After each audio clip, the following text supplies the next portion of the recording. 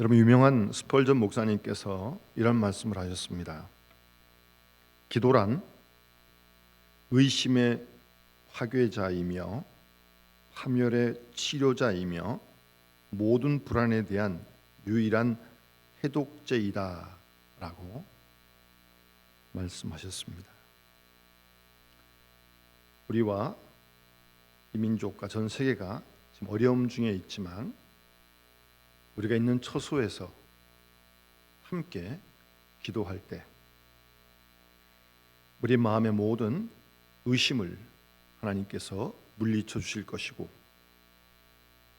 뿐만 아니라 우리의 모든 파멸, 질병도 주께서 치료하실 줄 믿습니다.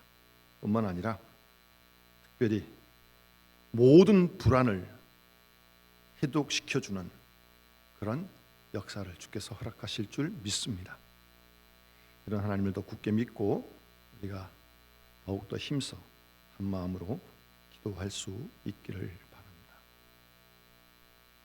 아마 여러분 이 얘기 많이 들어보셨을 것입니다. 실패는 성공의 어머니다.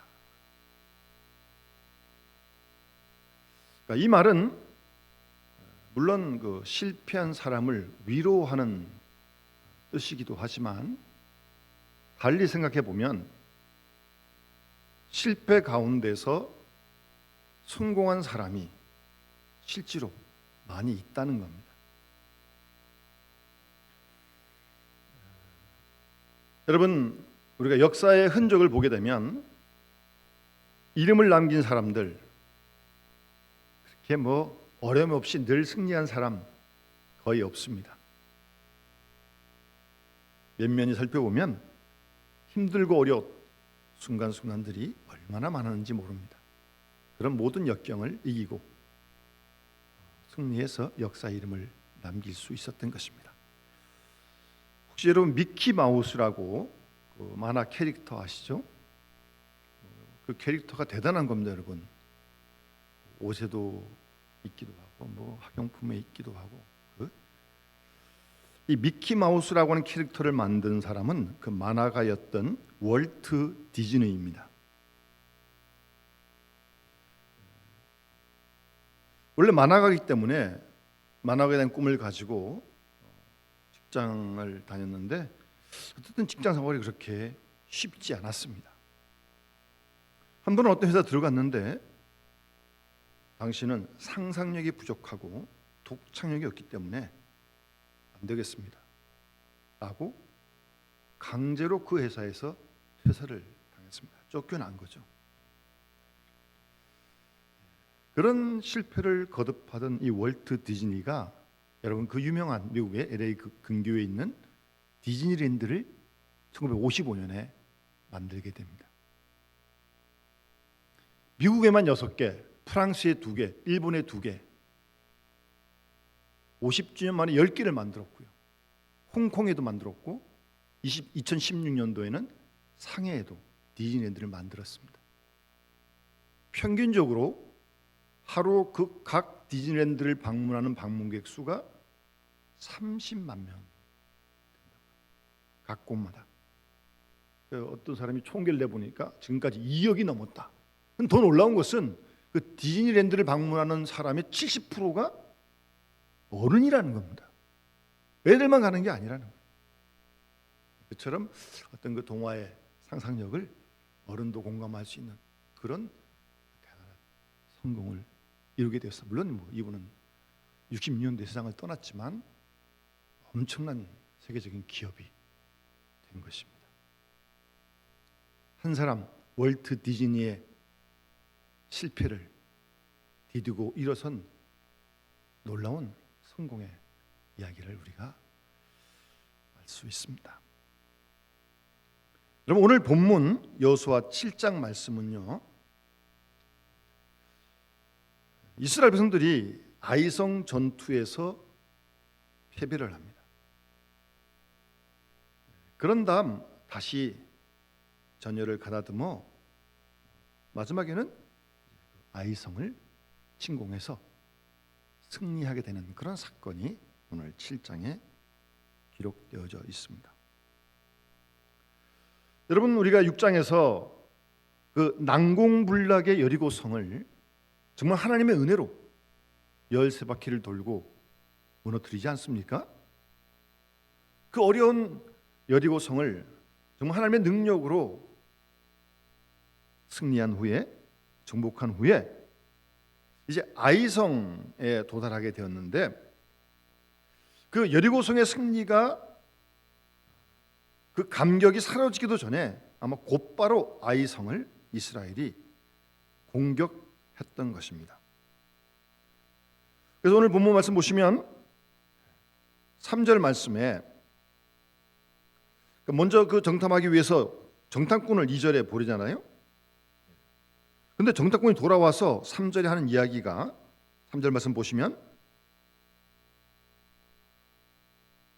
백성을 다 올라가게 하지 말고 2-3천명만 올라가서 아이를 치게 하소서.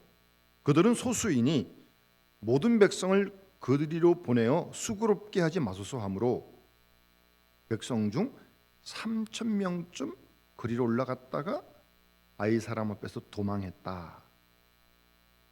그렇게 말씀하고 있습니다. 여러분, 아이성은 여리고성에 비하면 이름 그대로 아이와 같은 아주 작은 그런 성이었습니다. 그 여호수아 8장 25절에 보면 그 아이성에 대한 말씀이 기록되어 있는데, 이제 그 후에 아이성을 점령할 때 그날에 엎드려진 아이 사람들은 남녀가 모두 12,000명이었다. 남녀가 모두 12,000명이었다 그랬어요.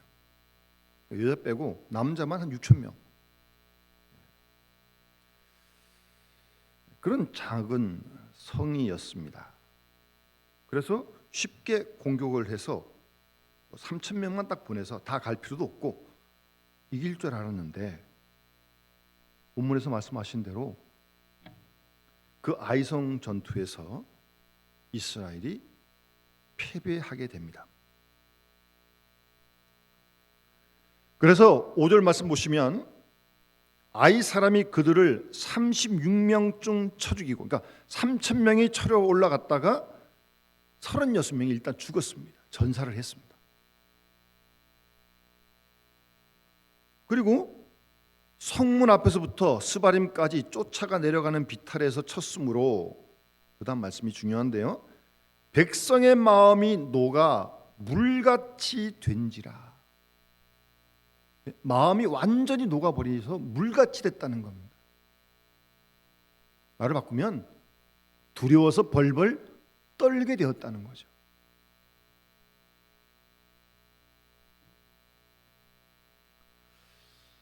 여러분, 이제 여호수아를 앞에서부터 읽어보면 이 두려워 떨었던 마음은 사실 원래 이스라엘 백성들의 마음이 아니고, 이스라엘이 여리고를 침공해 올 때 하나님이 그들과 함께 한다는 소식을 듣고 여리고 사람들이 두려워 떨었던 거거든요. 여러분, 그 2장에 보면 11절에 라합이 하는 얘기입니다. 우리가 듣자 곧 마음이 녹았고 너희로 말미암아 사람이 정신을 잃었나니. 그러니까 이스라엘이 하나님과 함께 온다는 소식을 듣고 벌써 홍해를 건너고 요단강 건너고, 요단강 동편 다 정복하고, 그 소식을 듣고 여리고성 사람들이 지금 정신을 잃고, 그들이 마음이 녹았거든요. 이랬던 여리고성에 두려운 그들의 마음이 이제 아이성에서 실패한 이후 이스라엘 백성들의 마음이 되고 말았다는 겁니다.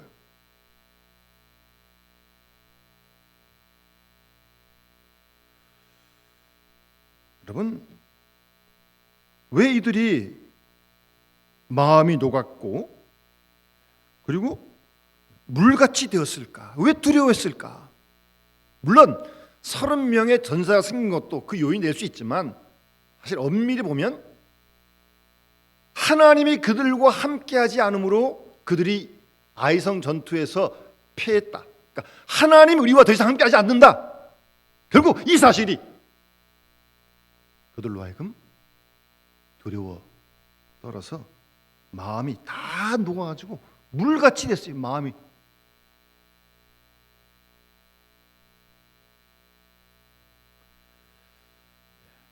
두려워 떨던 여리고 성, 그들의 그 마음이 백성들의 마음이 이스라엘들의 메대역이 되고 말았던 것입니다. 오늘 이 아이성의 패배에서 하나님께서 이 사건을 통해서 우리에게 말씀하시는 몇 가지 귀한 교훈이 있는데, 첫 번째 교훈은 한 개인의 죄가 공동체의 죄가 될 수 있다는 것을 말씀하십니다. 여러분 아시는 대로 지금 죄를 지은 건 아간이잖아요. 그런데 1절을 보세요. 다시 끝에 보시면 여호와께서 이스라엘 자손들에게 진노하시니라. 죄는 아간이 졌는데 하나님이 진노하시는 것은 아간만 진노하는 게 아니라 이스라엘 백성 자손들에게 진노하십니다. 성경을 잘 보셔야 됩니다. 그러니까 한 사람 개인의 죄가 공동체의 죄가 될 수 있다는 말씀입니다. 여러분 하나님께서 여리고를 칠 때도 여리고를 점령하면 모든 것 그 습득물 전리품 하나님께 다 바치라고 그랬거든요. 그 왜냐하면 이 전쟁 승리하게 하신 분은 너희가 아니가 하나님이다 라고 하는 그것을 깨우치기 위해서 전리품 전혀 손대지 못하게 했거든요. 그런데 그 명령을 아간이 어겼던 겁니다. 본문에 보시면 외투와 은과 금을 아간이 취했던 것입니다.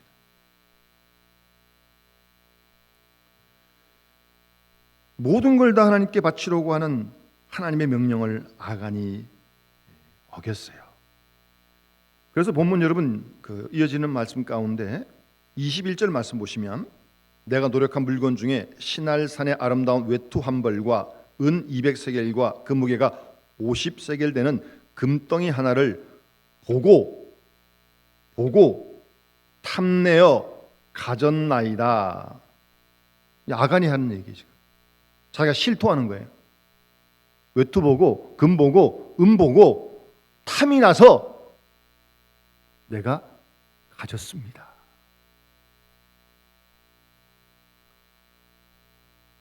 왜 아간이 하나님의 명령을 어기고 이 죄를 지었습니까?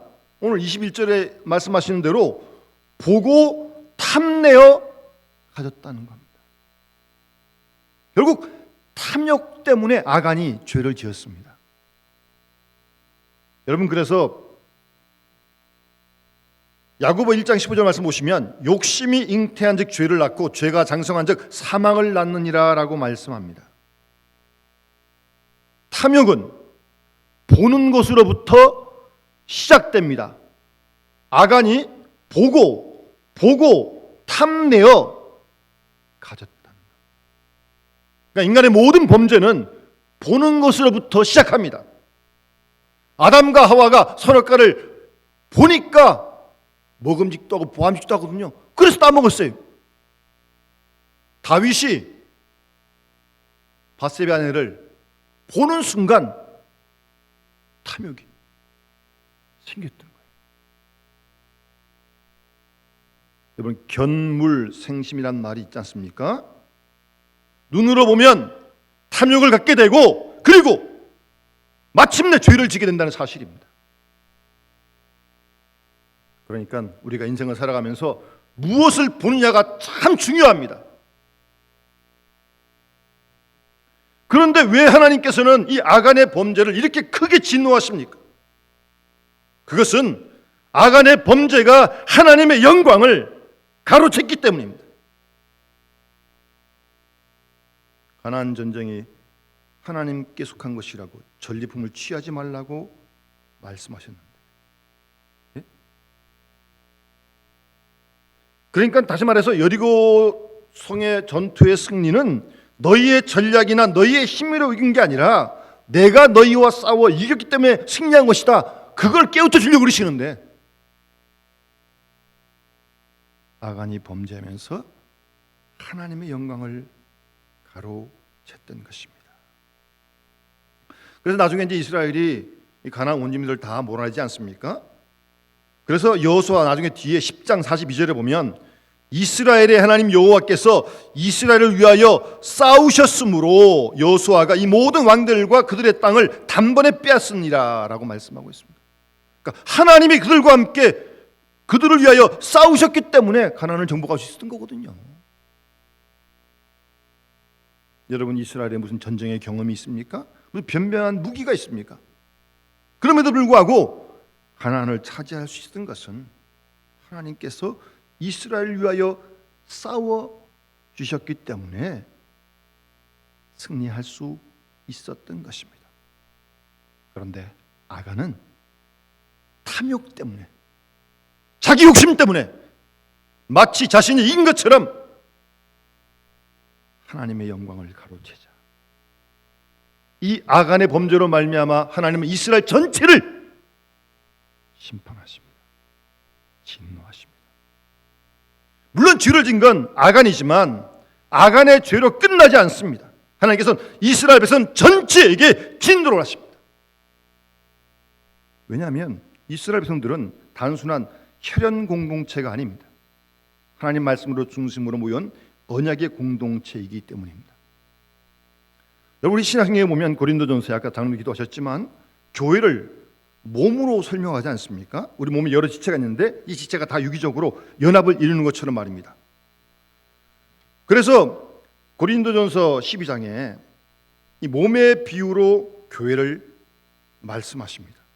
그래서 만일 한 지체가 고통을 받으면 모든 지체가 함께 고통을 받고 한 지체가 영광을 얻으면 모든 지체가 함께 즐거워한다. 너희는 그리스도의 몸이요 지체의 각 부분이다 라고 그렇게 말씀하지 않습니까? 여러분 이 교회는 건물이 아닙니다. 한 몸을 이루고 있는 공동체입니다.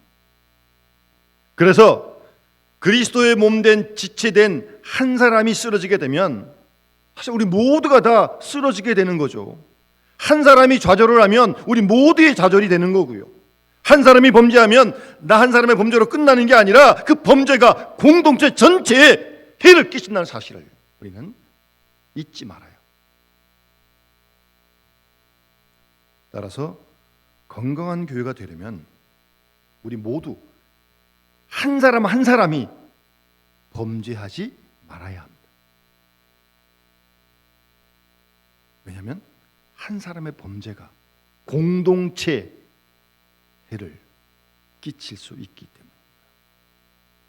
그래서 건강한 교회는 어떤 한 지체가 넘어지고 쓰러졌을 때 비난하거나 비판하거나 그러지 않고 그를 위해 기도해주고 세워주는 그런 공동체가 건강한 공동체, 교회의 모습입니다. 한 사람의 죄가 공동체에 큰 악영향을 끼치는 것을 이 사건을 통해서 우리는 경험하게 됩니다. 이스라엘 전체가 아이성 전투에서 패배를 하고 본문에 보신 대로 아간의 모든 가족들이 비참하게 다 죽임을 당합니다. 두 번째, 오늘 이 아이성의 패배가 우리에게 말씀해 주시는 것은 한번 따라합시다. 교만은 패망의 선봉이다. 아멘. 교만은 패망의 선봉이라는 사실을 말씀해 주고 있습니다. 그러니까 쉽게 말씀드려서 난공불락의 여리고 성의 전투에서 승리한 이후에 이 아이성 쉽게 본 거죠. 우습게 본 거죠. 얕잡아 본 거예요. 그래서 그냥 전략도 없이 그냥 3,000명 그냥 올려버리면 된다. 여러분, 일반적으로 전쟁에서요, 공격하는 쪽은 이 상대 방어하는 쪽에 모든 공격력의 3배는 돼야 승리할 수 있다고 그렇게 전략가들은 말을 합니다.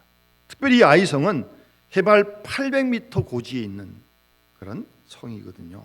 그러니까 적어도 이 아이성을 공격해 승리하려면 최소한 10,000명의 군사력은 있어야 할 텐데, 그냥 우습게 보고 3,000명 올라가도 된다, 그렇게 올라갔다가 초전에 박살을 당하고 맙니다. 그래서 오늘 본문에 말씀하신 대로 이 3절의 말씀 보세요. 상당히 교만한 표현이에요. 여호수아로 이 정탐꾼들이 돌아와서 백성을 다 올라가게 하지 말고 2,000~3,000 몇 명 올라가서 아이를 치게 하십시오. 그들은 소수이기 때문에 모든 백성을 그리로 보내어 수고롭게 하지 마십시오. 아주 이 말 속에 아주 교만한 마음이 아주 더덕더덕 붙어 있는 거예요. 이게. 그러니 피할 수밖에요.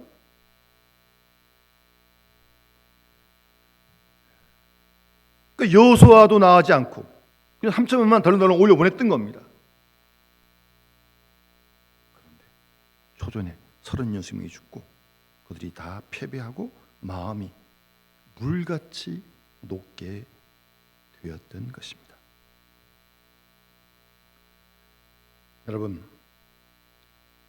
왜 이스라엘이 아이성 전투에서 패했습니까? 스스로 교만했기 때문입니다. 여러분, 교만이라는 게 뭐예요? 하나님을 의지하지 않는 것이 교만입니다. 하나님 없이도 할 수 있다는 게 교만입니다.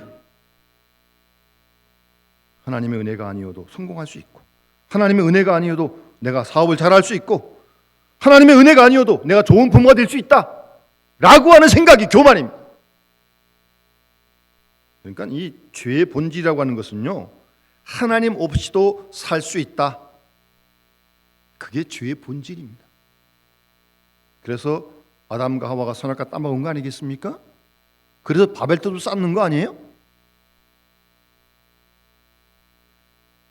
오늘날 우리 주위를 살펴보면 우리 주위에 얼마나 교만한 사람이 많은지. 인간이 다 할 수 있다는 거예요? 내가 다 할 수 있다는 거 아니에요? 내가 다 할 수 있어요? 내가 다 이 코로나19 바이러스를 다 대처할 수 있어요?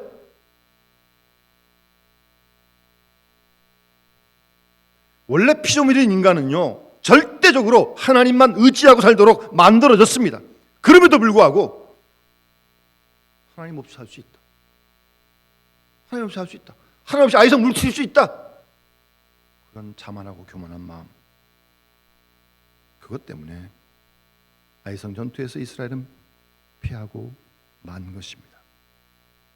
잠언 16장 18절 말씀에 교만은 패망의 선봉이요 거만한 마음은 넘어짐의 앞잡이다라고 분명히 말씀하십니다.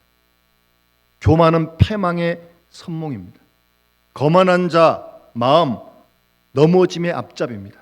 하나님은 교만한 자를 물리치십니다. 하나님은 교만한 자를 대적하십니다.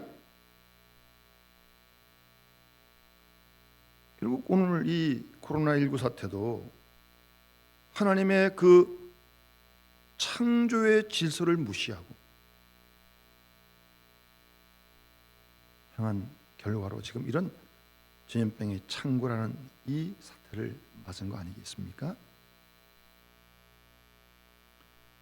여러분, 교만한 사람 망할 수밖에 없습니다. 왜 이스라엘 분들이 아이성에서 패배합니까?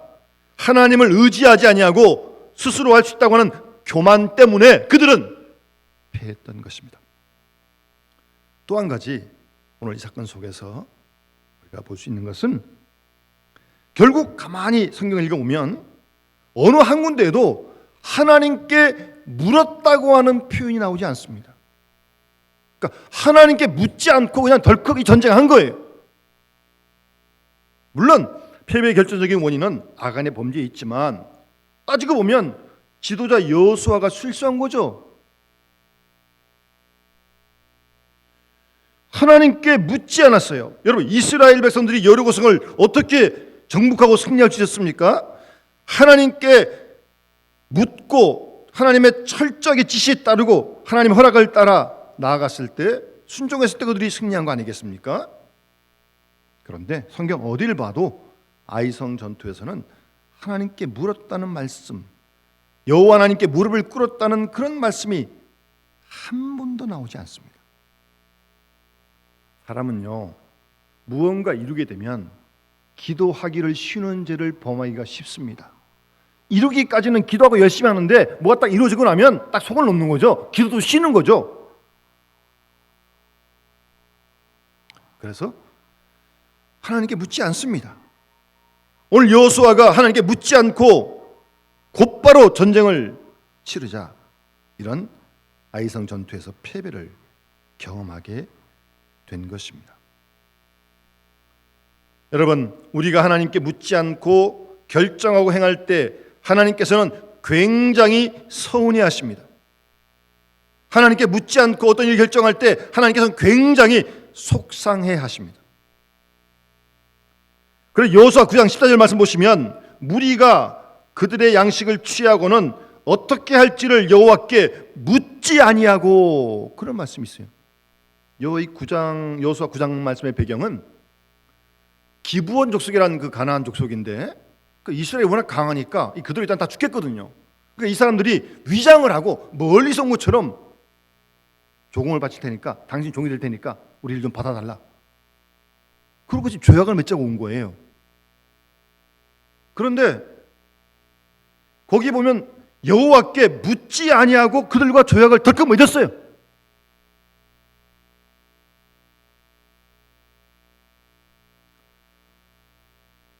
그때 하나님 마음이 상하셨습니다. 왜 이스라엘 백성들이 하나님께 묻지 않고 덜컥 기브온 족속과 조약을 맺었을까요? 뭐 성경에는 없지만 그 배경을 잘 헤아려 보면, 여러분, 이스라엘 백성들이 언제 한번 갑의 위치에 쓴 적이 있습니까? 430년 애굽에서 종살이했죠. 광야 40년 지나왔죠. 한 번도 갑의 위치에 선 적 없어요. 그런데 기브온 족속이 와가지고 우리 조공을 바치고 당신 종이 되겠다. 얼마나 기분이 좋아요? 예? 다 바치고 종이 되겠다는데 그냥 묻지도 않고 그냥 자기한테 금방 좋으니까 그냥 덜컥 그냥 조약을 맺은 거예요. 속아가지고. 속고 산 조약도 지켜야 되는 거거든요. 사실 하나님께서 가나안 땅 들어가면 그들과 조약 맺지 말라고 그랬거든요. 일찍부터. 그런데 여호와께 묻지 아니하고, 나한테 유익하니까, 내게 좋으니까 그렇게 기브온 백성들과 조약을 맺었던 것입니다. 여러분, 우리도 이렇게 이스라엘처럼 하나님께 묻지 않고 행할 때가 참 많습니다. 큰 것만 묻는 게 아니에요. 작은 일도 물어야지. 묻지 않고 임의대로 자기 마음대로 자기 유익에 편리한 대로 행할 때가 얼마나 많은지 모릅니다.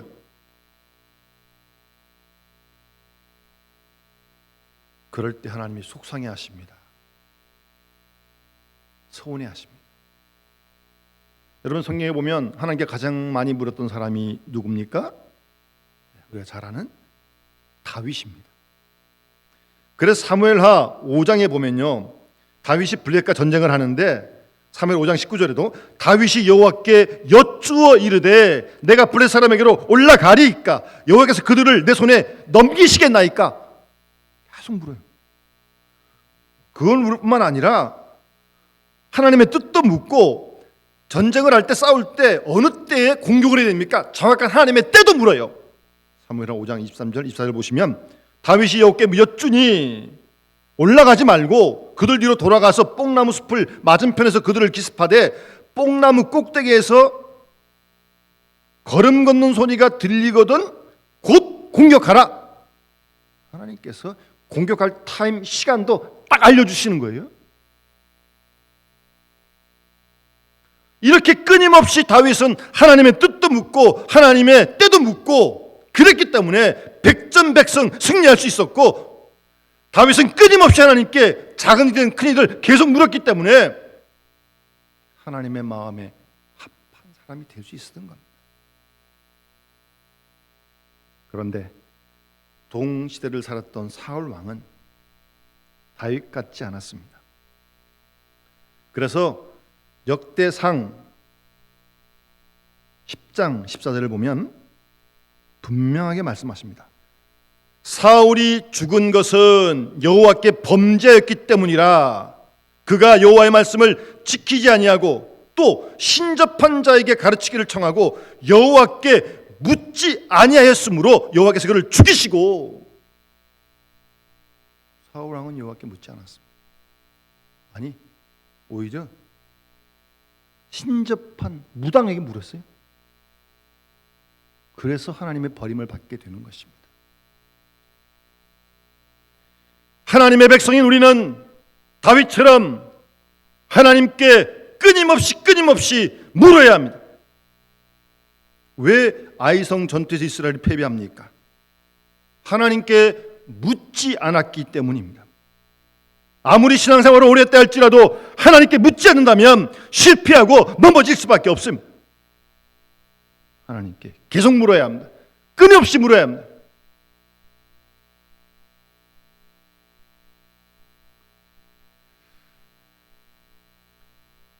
이스라엘은 아이성 전투에서 참패를 당하고 맙니다.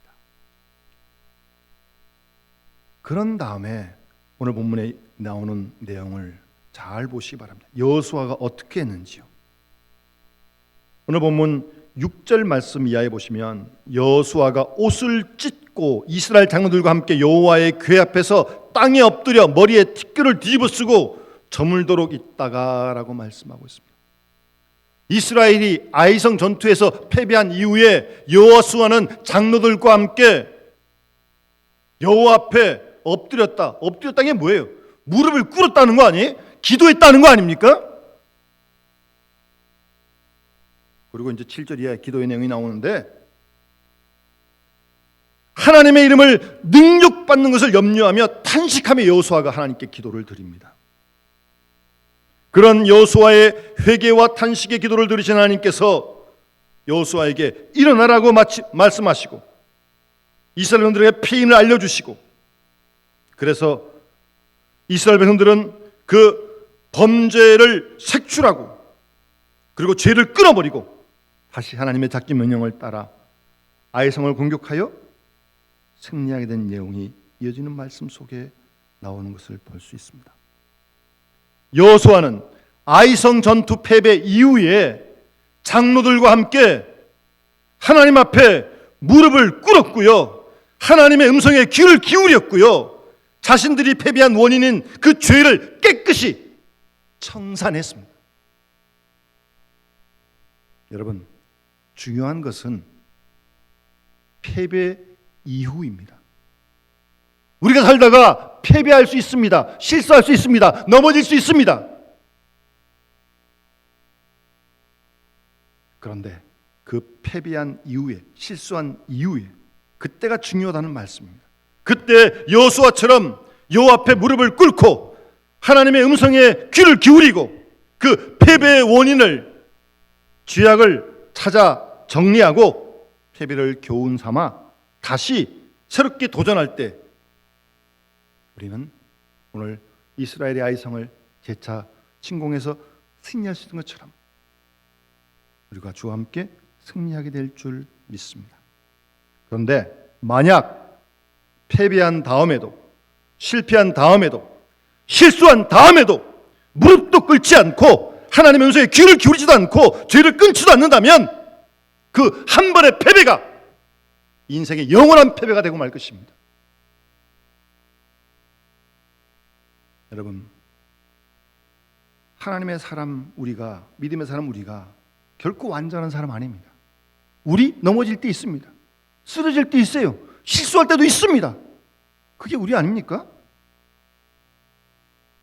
그런데 중요한 것은 실수하고 넘어지고 패배한 이유가 중요하다는 말씀입니다. 오늘 여호수아와 그 장로들이 하나님 앞에 기도의 무릎을 꿇고 하나님의 음성에 귀를 기울이고 지은 죄를 깨끗이 청산하고 나아갈 때 하나님께서 우리를 다시 들어서 하나님의 귀한 구원의 역사에 우리를 사용하게 되실 줄 믿습니다. 여러분, 혹시 우리 주위에 넘어진 사람 있습니까? 실수한 사람 있습니까? 혹시 패배한 사람 있습니까? 그런 실수와 패배가 넘어짐이 여러분 영원한 패배가 되지 않기를 바랍니다. 오늘 그 패배를 교훈 삼아 다시 하나님 앞에 무릎을 꿇고 하나님의 음성을 귀를 기울이고 죄악을 끊고 다시 일어서서 더 큰 하나님의 역사를 이뤘던 것처럼 우리들도 실패하고 넘어진 그 자리에서 다시 한번 일어나서 겸손하게 무릎을 꿇고 세미한 주의 음성에 귀를 기울이면서 우리 죄를 청산하고 나갈 때 우리를 통해서 하나님의 놀라운 역사를 우리가 이루게 될 줄 믿습니다. 이런 은혜가 우리 모든 믿음의 식구들 가운데 함께 하시기를 주의 이름으로 축원합니다. 우리 찬송가 540장 우리 함께 찬양 부르면서 여러분 있는 처소에서 준비한 예물 하나님께 드릴 수 있기를 바랍니다.